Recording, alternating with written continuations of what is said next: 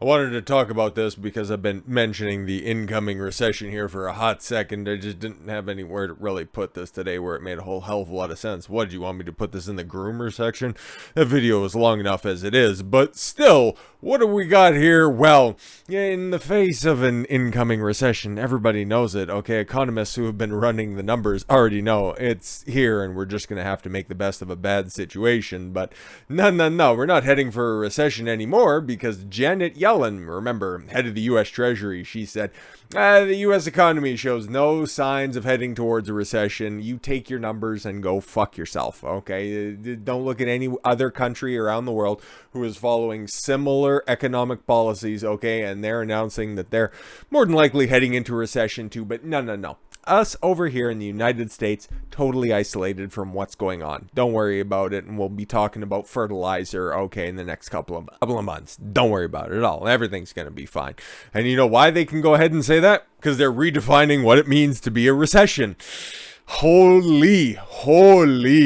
As concerns mount about a possible recession this year, we're already here, okay? The economy's shrunk, okay, in May and June, and the numbers for July don't look all that promising, but guess why they're coming out and saying this right now and they're doing their redefinition right now? It's because the numbers for GDP and all of the proper economic numbers come out July 28th or 29th, right at the end of this week. So everybody can just ruminate on the fact that the economy is totally fucking collapsed. Meanwhile, they're all just too busy worrying about chopping off or putting in or installing or fucking putting on hormone blockers for kids and anybody else who just feels a different way depending on wherever the fuck they woke up in the morning. No. Pay no attention to the man running the economy, okay? We got Ukraine to worry about. Just superfluous nonsense. That really doesn't mean anything in the grand scheme of things, okay? You plebs pay attention to all of that fucking extra shit. Meanwhile, we'll just make sure that you don't need to plan for a future because we're just going to go ahead and squander it anyways, or just starve you out. Anyways. So you had White House National Economic Counselor Director Brian Dees. Hopefully he marries his longtime partner Logan Nuts, and that would be terrific, okay? And then they could have a hyphenated last name. Argued that a second consecutive quarter of negative GDP growth was technically not a recession. Oh, why is that? Because when the numbers come out, it's going to show that two months in a row. Oh, I said May was shrinking. No, actually, June shrunk and May was stagnant or very, very, very tiny growth. Okay, something that Brian Dees is very, very accustomed to. CNN New Day host John Berman. All right, I have no idea who this is. Spoke to Dees. I can't continue to say that. That shit is fucking hilarious. The technical definition considers a much broader spectrum of data points. No, not really. It's always been classically defined as a shrinking GDP number, okay, month after month indicates a recession. I don't know how long the timeline is before it becomes a depression, and hopefully we don't see that, but economically speaking, we're kind of long overdue when it comes to that stuff. But no. If the numbers are starting to change, okay, we don't really want to, harken back to everything bad that was happening like the last time this administration had any power. But you know what? Don't worry about it. We'll be able to pull through on that. Hell, even if Joe Biden, God speed to him because he's trudging along with the coof, I guess, or something like that, and I don't know what the fuck he's doing in that half-empty boardroom, okay? That's alright. The second mate is definitely saying words. These are words that are in the English language. Kamala Harris frets. Women are getting pregnant every day in America, and that is a real issue. That is a real statement said by Vice President of the United States. Women are getting pregnant every day, and that's a real issue. She's, I don't know what to say, really. Like, there's dumb people, there's sub 100 IQ people, and then there's Kamala Harris. And then after that are Kamala Harris supporters. This bitch is just ridiculous, okay? I would laugh if these... It's just not funny how stupid it is. Don't worry, she also had other things to say as well that are just equally baffling. Vice President Kamala Harris said during a recent interview that the real issue in America is women are getting pregnant every day.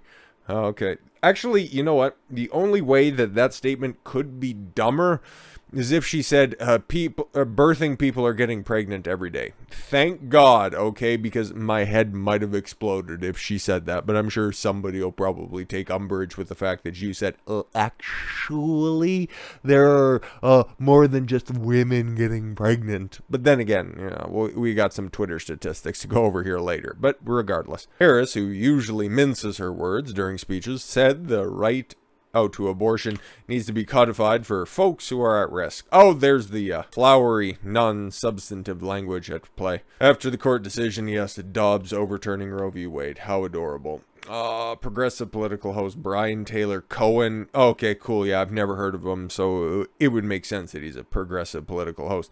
Brian Taylor Cohen, that was published over the weekend. There may be litigation, but we will be in a much better position than that, not to do that, and words and stuff and things and stare into the camera, repeat the line, end of quote. Listen, women are getting pregnant every day in America, and that's a real issue. We need to act with a sense of haste about what is at play, what is at stake, and codifying Roe will be an important moment in terms of putting back in place protection for the folks who are at risk right now. Because of what the court did to Dobbs just weeks ago. Aborted it. How appropriate. God, she's a stupid person. And she also said some shit about how Republicans need to learn how to need to know how women's bodies work. It's like, okay, women are getting pregnant every day, and you think that it's the Democrats that are out there fucking?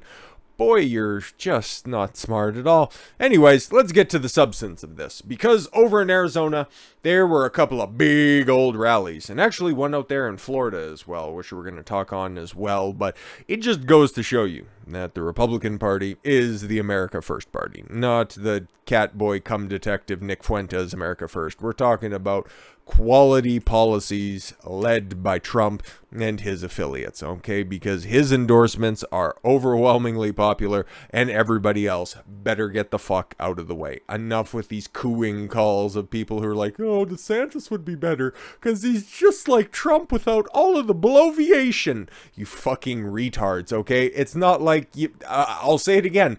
The media hates Republicans. They will vilify them. They will use any tactics, okay? Because before Trump was running as a Republican, he was one of the most loved media figures out there. And then just like that, overnight, by the time he was at the top of the escalator, all the way at the bottom, he was enemy number one, and he's going to be staying there until, well, they find a new shiny plaything, and it's going to be a hot minute before that happens, because guess what? He's not going anywhere, okay? You motherfuckers just prolonged this shit by not just taking the Trump pill in 2020, okay? And then just having him fucking fade into the background by 2024, okay? You prolonged this shit.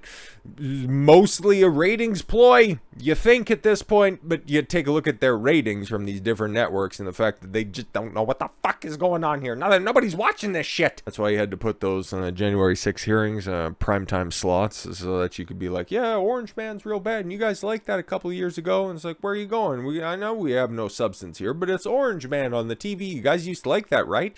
Yeah, no, exactly. Nobody fucking cares. And it just goes to show. It goes to show, okay, the people, what they like and what they're apathetic about. All right, dueling Trump and Pence rallies in Arizona draw different crowds as Lake and Robson trade barbs. Who are we talking here with Lake and Robson? Well, Carrie Lake. Okay, she's running for the governorship of Arizona, okay, and you can't make this up. Mike Pence endorsed Karen Robson. Yep. And hey, she's also got the endorsement of Doug Ducey, okay? And you know how much I love Doug Ducey, and the constituents of Arizona appreciate Doug fucking Ducey, okay? So yeah, no, that's not exactly ringing endorsements, but hey, at least some people are going to vouch for Karen, because there's always going to be a white knight simp out there. And I'm not unaware of the old tropes that tell you elect women and take a look at what you get, okay, and the fact that there is, yes, two women at the forefront of this one, but there's always outliers. And so far, unlike the warning signs that you see with the likes of Kristi Noem, if you pay close enough attention, they're really not all that apparent when it comes to Carrie Lake. Okay, she's very much on the level. Okay, like, she's very consistent in her being outspoken. She's been making a lot of bold claims and a bunch of different viral videos of just shutting down all of the stupid journalists that are out there. She's good. She's really, really, really good. Okay, that's why Trump endorsed her. Okay, so far, and there's only one glaring, problem with Trump endorsements. And looking at you, Oz, you fucking dork. It's getting played by that Andre Giant cosplaying motherfucker. Anyways. One rally looked like a catered banquet event on steroids. The other like a rock concert with all the hoopla of religious or revival meeting. Yeah, no, exactly. You can go ahead and kind of, figure out which campaign rally was attended by what. Okay, you had the establishment side, which, yes, a wonderful meet and greet event with a $500 per plate, okay, seating arrangement. Or, hey, selling out, I don't know. Where the fuck do the Phoenix Coyotes play or the Phoenix Suns play nowadays? I don't fucking know. Anyways, one thing was for sure, former President Donald Trump and his former Vice President Mike Pence were the stars at the dueling rallies in the final days before the Arizona primary on August 2nd. Yeah, Pence is going to announce his running for president in 2024, and I can't wait for those debates. They're going to be something to see. I'm a Christian, a conservative, and a Republican, in that order, and I'm here because Arizona and America needs Karen Taylor Robson. That was the crowd, by the way, as the next governor of Arizona. That's adorable. Pence said at the event, and Robson held at the Tier Tactical Body Armor Manufacturer in Peoria, Arizona. Peoria? Whatever. On July 22nd. Aw, that's very nice that all this information is just coming out. That's weird. But okay, so God comes first, then his political ideology, and then his party affiliation, which he's apparently supposed to be stumping for. Okay. But again, these are all Republican Party members who are going to be voting in primaries anyways. So yeah, now realistically, you can just take the Republican off of that. Okay, so I'm not a party loyalist. I'm just here because I like my TradCon values. You can take those values and shove them up your ass. Hundreds of Robson supporters and Arizona Republican notables sat at round tables covered in black linen, dining on pork and beef tacos. Oh, Lord have mercy. And I don't know if you'd want to zoom in on that Doug Ducey picture, but it looks like he was dining on some of those tacos beforehand, because normally you don't see a wood-colored tongue like that from a healthy individual, but oof, Lord have mercy. Pork and beef tacos. Before the rally got underway under bright media lights. Yeah, no, exactly. You had a bunch of political elitists, the old McCain wing of the Arizona GOP, and media personalities. Gee, doesn't that sound familiar? As opposed to, well, we'll compare and contrast here in a minute. There's no question that Karen Robson, again, just at this point in time, okay, if you're a white woman with the name Karen and you're trying to run for politics, just fucking change it for the time being, okay, or just go under a pseudonym or something like that, okay? You're Kate, okay, just go with Kate. Is a proven conservative ready to lead our state on day one, said Arizona Governor Doug Ducey, who leaves office at the end of 2 terms in January. Thank fucking God, you piece of shit. He was one of the stars in one of the videos that was struck by our loving overlords at YouTube. By the way, he vetoed 18 or 22 different bills, okay, just because he wanted a budget passed beforehand. A lot of those were election integrity and border control bills, but no, those can wait. And also, I think tranny sports bill as well. No. Go ahead and veto all of those in order to get a budget passed. And go fuck yourself, Doug. For that reason, he has endorsed Robson for governor, he said. However, Pence endorsed Robson currently trails about 5 percentage points behind frontrunner and Trump-endorsed Kari Lake. A former Fox 10 anchor described, I think she was a state senator as well. She's been around for a hot second. And also, you take a look at the polls that are out there, okay, and she's actually beaten the fucking brakes off of Karen Robson. By the way, Karen Taylor Robson, and I don't take anybody seriously who has a hyphenated last name, so fuck off. Yeah, Kari Lake has 43.5% of the Republican vote there, so yeah, no, exactly. Way to back a dead horse. But hey, you gotta launder that money somehow. So what has become too clear to Arizona voters across the state is that Carrie Lake discovered God, guns, and the GOP about 5 minutes before she decided to run for governor.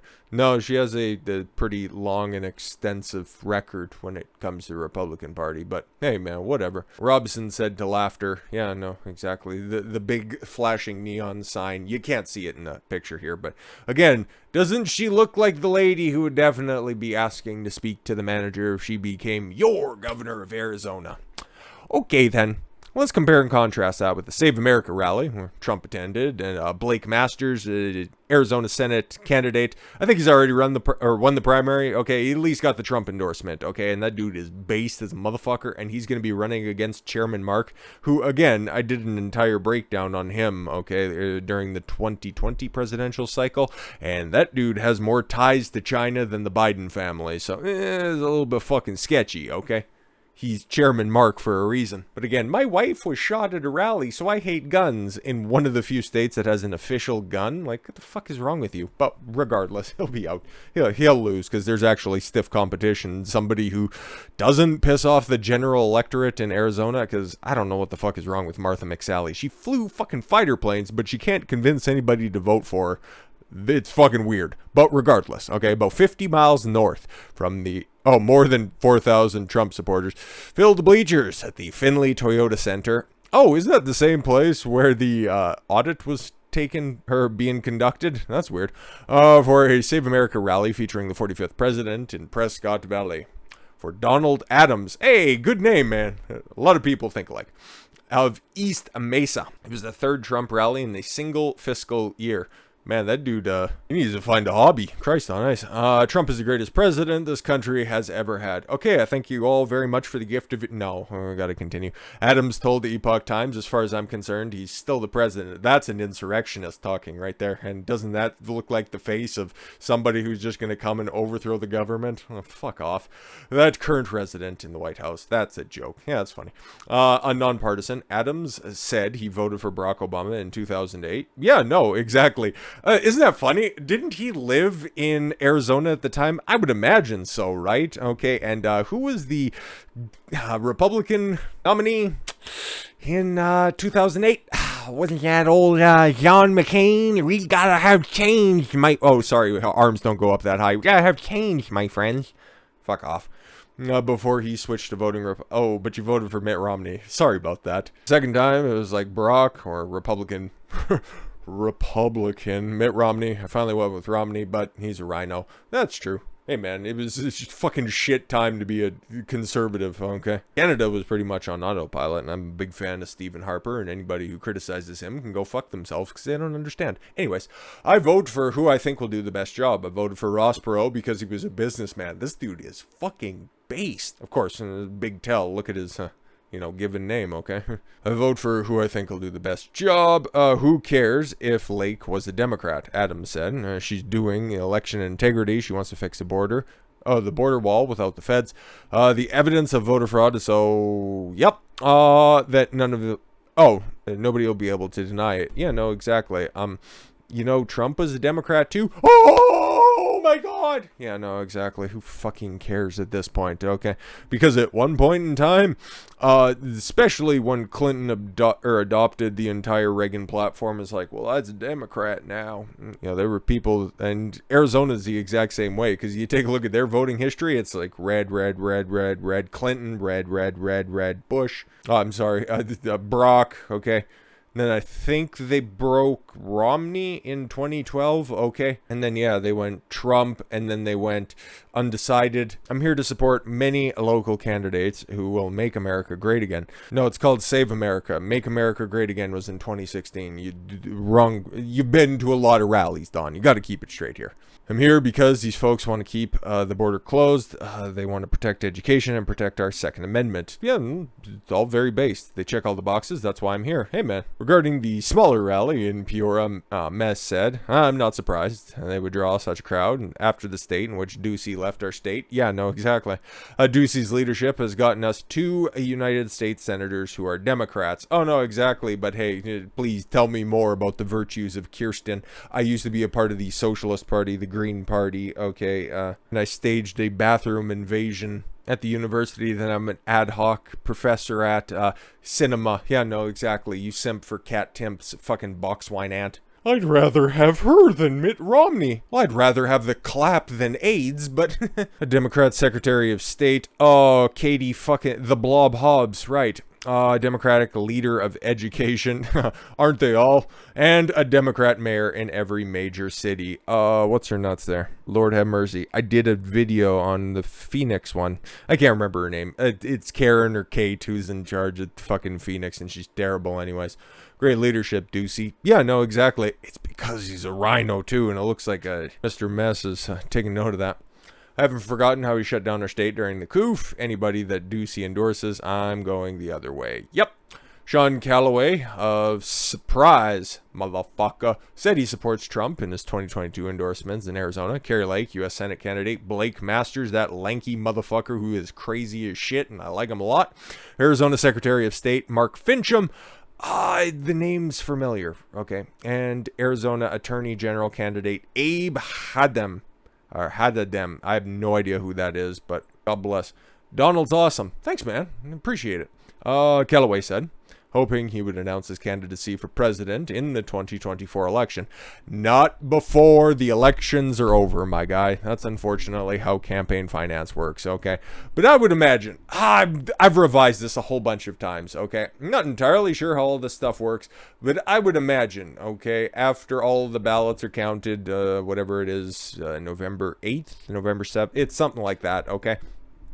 I would imagine once the victory for the Republican Party is complete and all of the Trump endorsements end up getting into Congress, okay, I'd imagine there's probably going to be one of those Trump rallies that's going to be happening, okay, in honor around Mar-a-Lago, where Trump's going to be like, and we're going to still keep on winning all the way to 2024, and then the big banner will just roll down behind them, and it'll all be said and done then. That's my new idea. I just came up with that off the top of my head, but I think it sounds pretty good, so whatever. We'll see how it goes.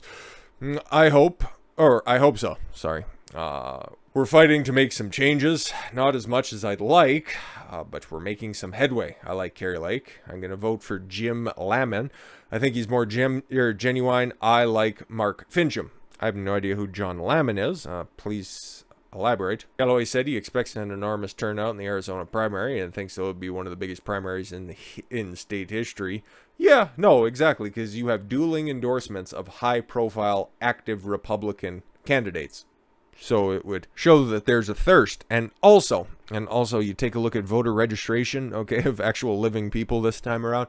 The amount of people signing up for the Republican Party is fucking huge. So you could really take that as one way as opposed to the other, because there is such a desire for a new wave or a new ideology to sweep through the Republican Party. Okay, you could have a lot of bad faith actors signing up to become a Republican voter, only to vote in the Trojan horse candidates, but we'll have to see. We'll have to see how everything shakes out in November, because that'll give you your final idea as to which way these different states are starting to turn, okay? So sign up doesn't really mean anything, okay? All it really means at the end of the day, when all the primaries are said and done, that's when you're going to know who's going to be out there. And if those people who have their candidates, their specific candidates spurned, okay, if they don't get that same type of turnout in the general, or I guess it would be the midterm election, not the general, then you'll see if the purplification or whatever, the Californication of Arizona is complete, or if it's been put off by the fact that, yeah, no, we want to keep Arizona, and California. Fuck off. Just go escape to Colorado, because you already fucking ruined that place. Before taking the podium on stage, Fincham said he had a good feeling to the Republican primary election run-up. We got 11 days to go, and we can't take our foot off the gas, Fincham told the Epoch Times. We're polling at 5 points ahead of our closest competitor, Robson. We've got 2 in single digits, he said, noting that Trump endorsement has seen the American First Republicans with a 30 points advantage. Yeah, no, we already looked at those results. I'm feeling good about it. What disturbs me is we have expanded a lot of money in the primary, and now, because of this, we're going to have to start from scratch in the general election. Yeah, that's another thing. All of this infighting, it's necessary, but it's costly. But if you can get all of this shit out of the way before 2024 happens, you'll be in good shape, okay? Because then there'll be fewer of these discussions going on the next time that the new batch of, I think cinema will be up in 2024 as well. I think that's the way that one goes, because there was a special election. Ooh, maybe there's a special election there. She could be up again in 2024. I think so. So there won't be these rhinos that'll be coming in here that you'll need to actively campaign against during the primaries, that you can just focus on spending for the actual election itself. Anyways, when it was her turn to speak, Lake said to thundering applause, this is like a lot of MAGA in one room. Wait a minute, we are MAGA. We are Ultra-MAGA. And coming up stage next, the MAGA King. Welcome, everybody. But yeah, no, as you can see, they actually took pictures of the crowd that's there, as opposed to all of these goofs that are just like, take a look at my nice background. It looks like a high school presentation. Yes, wonderful, fantastic. And then just make sure to wave to the camera and show off your diploma before you leave. Yeah, no, that's all nice and wonderful, fantastic. But I want to take a look at some polling. Some polling that was done at the Turning Point USA event that was down in Florida at some point. There were a bunch of different goofy protesters that showed up, and they started yelling racist shit because the party of unity and tolerance. Oh boy, all of that shit goes out the window whenever they want to fight up against something, you know, fight the power. One hard R at a time. But they conducted some straw polls that are down there. This is not unique to this specific outing, but it's a good cross-section because the people that were turning up to these Turning Point USA events, they're normally a lot younger skewing than the ones that would turn up to like a CPAC convention, okay? At least in a traditional sense. I don't know if the CPAC conventions are starting to skew a little bit younger now, thanks to this new kind of base, okay? The pushing out of the old TradCon ideology, one seat at a time, and replacing it with, you know, hey, your more energized base. But they were asking a couple of different questions. A couple of these are very interesting. We also got a video from down there because, again, Trump is just dropping little breadcrumbs ahead of 2024. But you probably already know what I'm getting at here. But we'll take a look at that video here in a moment. But this is one. I got two questions here, okay? This is the first one that they asked. If Donald Trump did run and the 2024 Republican presidential primary offers the following choices, for whom would you vote? Only those receiving votes are listed. Okay, so you got Trump, you got DeSantis, okay, you got Kristi Noem, Mike Pompeo, the former Secretary of State, I think that's what it was, right, yeah, Ted Cruz, Nikki Haley, Mike Pence, yeah, okay, so yeah, no, that was in descending order, obviously, so Mike Pence, 0.3%, same with Nikki Haley and Ted Cruz. Yeah, no, oof, God, sorry guys. Ted Cruz, you're fine most of the time. You're like 75% all there, okay? And every once in a while, you'll just fucking fall right off the reservation, okay? You'll go back to pre-beard Ted Cruz. That doesn't make a lick of sense, okay? You're fine when you need to be, and you're unreliable when you aren't, okay? Long and short of that. Mike Pompeo, again, another fine setup guy, not a CEO, okay? If we're taking a look at this through like a business lens or something in that context, okay? He's not the CEO. He's a CFO. He's a COO. He's a CMO even, okay? Good marketer, okay? He's a really eloquent speaker. He can go out there and make the deals happen. He's just not the top guy. And Kristi Noem, God bless. You had your moment in the spotlight for a second, but hey, no, guess what now? Kari Lake's going to come over and be the more fuckable GOP governor. Okay, sorry about that. Ron DeSantis, 19%. That's all wonderful and fantastic, okay? He will definitely be a great presidential candidate in 2028, okay? He wants to look after Florida for right now, and congratulations. God bless to the people of Florida because you got yourself a real one right there. And he can, yes, I would say latch on in 2022 because there's no risk there, okay? He'll still be the governor of Florida if the worst ends up happening, okay? And if not, yes, you can have everything set up for your eventual presidential run in 2028. So I don't know, man. Those people who are fear-mongering, oh, those are just two alpha males and they can't be in the same room together.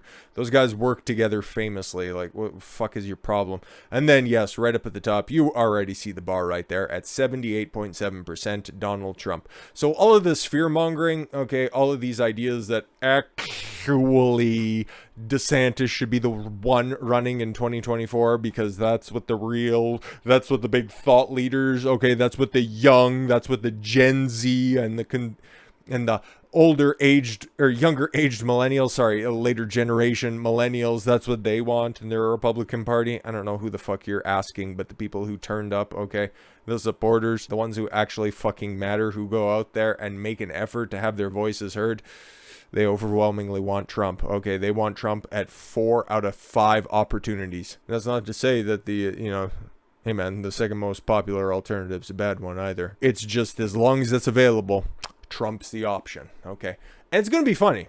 It'll be really funny because in comparison, like I said, there was 2 questions here. Which Democrat do you think would be the most difficult to defeat for president in 2024? So at the bottom, you have other. Okay, so they had a whole bunch of different, I don't know, maybe there's still one of those Bernie 2024, okay, head in a jar on a fucking motorized wheelchair. Okay, the Bernie, woo, cool. None. They just figured they're going to steamroll in 2024. And yeah, that was the same problem with hubris. A couple of other notable things in 2020 that ended up costing everything. So 7.2% of people aren't quite, willing to do any inward inflection when it comes to that stuff. Inward, not N-word. That's for the other side. That's for these people as well.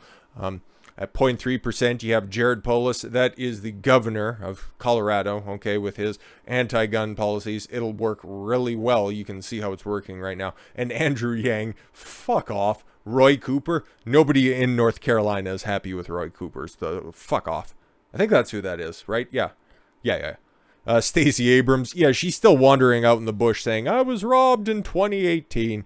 And yeah, no, she's running against Brian Kemp. Yuck. But that'll be an interesting, okay? If I'm really interested and unsure about one election right now, okay, for November, it's definitely the gubernatorial election in Georgia, okay? Because, yeah, you got a rematch of 2018, okay? And there's a lot of money, a lot of outstate money coming to Stacey Abrams, who's really raised her profile out there, and even Republicans through gritted teeth would be voting for Brian Kemp.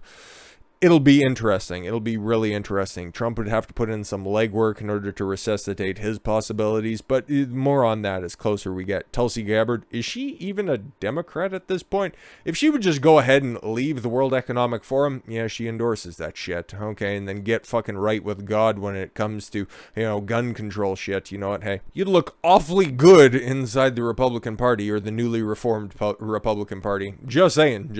Pete Buttigieg, 3.8%, like, what can you say about Howdy Doody that hasn't already been said through a tiny hole in a bathroom stall?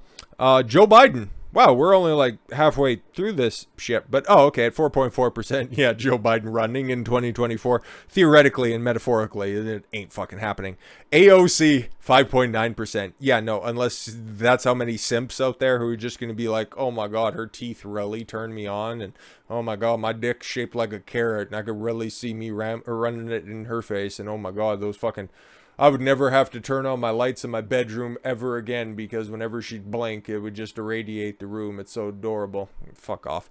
Kamala Harris, 7.9%. Why? That's legitimately 7 points higher than she got in any of the primaries in 2020 within her own party. So, okay then. Bernie Sanders. Oh, fuck's sakes. Bernie Sanders. Seriously? That motherfucker's going to be like 98 years old, okay? You're going to be running against Warren Buffett, for Christ's sakes, okay? 10.3%. And then, the likely candidate in 2024. Mark me down for that one. Hillary Clinton, 10.5%. Big Mike. The first trans black Democratic president. How adorable. 13.6%. And then right up at the top, Gavin Newsom. At 30.3%. The motherfucker who has successfully ruined California for a generation. The people down there at the Turning Point USA event, okay, they believe that Gavin Newsom would be the most difficult.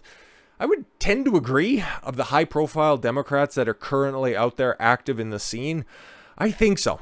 I would think so, because he's smooth-talking enough, he's got that allure, he's got that look on stage, he has a certain presence about him, and he can definitely, talk to an audience, okay? He would have a way about him that would definitely... He has a charisma, a certain latent charisma outside of well, actually, you stick a microphone in front of Michelle Obama, and she's really not all that. She's got that one scowl look on her face, and outside of having the Obama last name, she doesn't really have a hell of a lot going for her. Okay, I'd imagine most of those none or other votes might have been for, like, Oprah or something, or what's his nuts, McConaughey. Oh, he speaks so well. Fuck off. But Gavin Newsom is slimy enough, and he's definitely got the tactics in which to really seduce an audience during a debate or during a campaign stop or something like that. So, yeah, that is definitely the person that I'd be the most concerned about, but I also don't think that he would be running. I can foresee seeing, okay, Ron DeSantis against Gavin Newsom in 2028. And that'll be wild. That'll be interesting, okay? Because he's going to have to preside over California and its continuous decline, okay? And then massage the numbers and be like, well, actually, Florida's the one that's, you know what, hey, they hate freedom over there, and we over in California, both me and my friends, we really like what's happening out here, okay? He's going to have to try to market that to a wider audience, which could be intensely different by the time that rolls around. But I could see him. Mark me down for that for 2030, or 2028, sorry. But yes, enough pontificating. Down there at that Turning Point USA event, okay, SAS 2022 with an extra 2, I don't fucking know. Trump was speaking to, reports were about 5,000 people, okay. And if you had any doubt as to the popularity of Trump, even right now, okay, I'll just let the video do the talking for itself.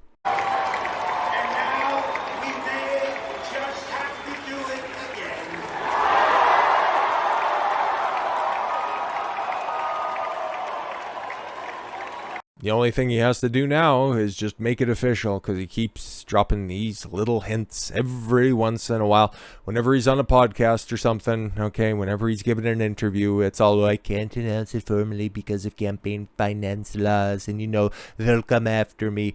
Just, you know, hey, we're just waiting for the announcement at this point. The enthusiasm is there, the support's there. Everybody who he endorses turns to gold, except for the one piece of rust that's sitting over there in the corner, which is like, oh, fuck you, dumbass. But hey, man, as long as he sticks to his program where he's taking a look at, you know, gutting the deep state, tremendous, terrific, fantastic, Trump train, all going full steam ahead for 2024, because I don't know what the alternative is. I'm just looking forward to the meltdown, to be completely honest. But with all that said, thank you all very much for the gift of your time. I've been Don Consuelo. I want you to follow your gut and get after it. Take care, everyone.